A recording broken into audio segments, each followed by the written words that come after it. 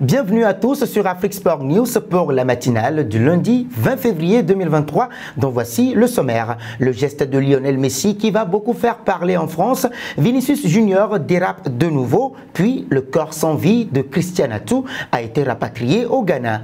Place au développement.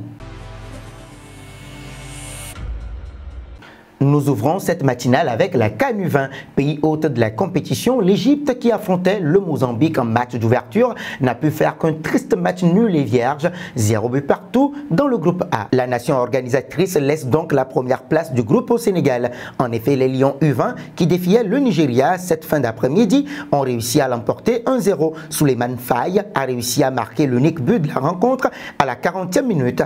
Une victoire qui permet au Sénégal, vainqueur du CHAN 2022, de bien entamer cette compétition.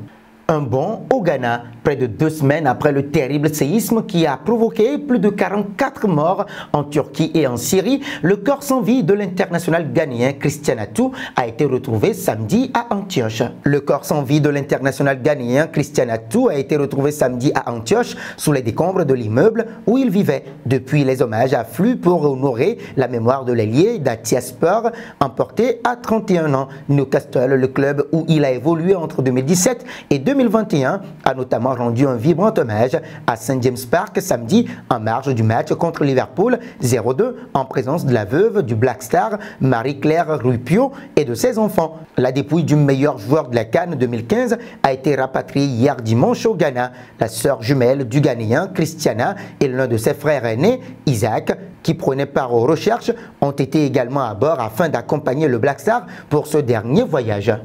Un passage en Italie, auteur d'une saison exceptionnelle, Victor Osimhen force encore plus l'admiration de son club Naples qui voudrait lui accorder une prolongation de leur contrat actuel. L'idée de Cristiano Giuntoli est de s'assurer que toutes les parties sont sur la même longueur d'onde. Le Nigérian devrait bénéficier d'une prolongation d'au moins 1 an jusqu'en juin 2026. Le salaire actuel de Osimhen est de 4,5 millions d'euros net par saison. Une augmentation devrait forcément être envisageable. Si cela s'avère une opération de complication des intérêts de Manchester United et de Chelsea s'annonce.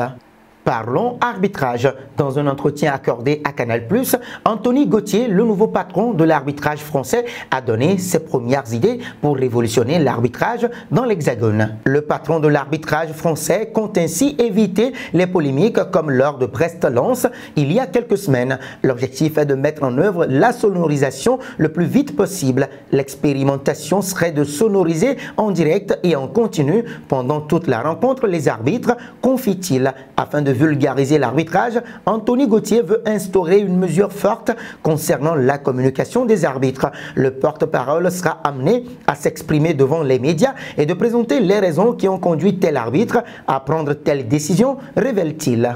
Passons en Espagne. En déplacement à Osasuna, le Real Madrid a assuré l'essentiel en s'imposant grâce notamment à un très bon Vinicius. Mais le Brésilien, insulté de toutes parts, s'en est aussi violemment pris à l'arbitre de la rencontre. Il s'est fait remarquer par son comportement auprès de l'arbitre de la rencontre, Munuera Montero. Alors qu'il demandait une faute qui ne lui a pas été accordée, le Brésilien s'en est pris à l'homme au sifflet. « Va te faire foutre, fils de pute !»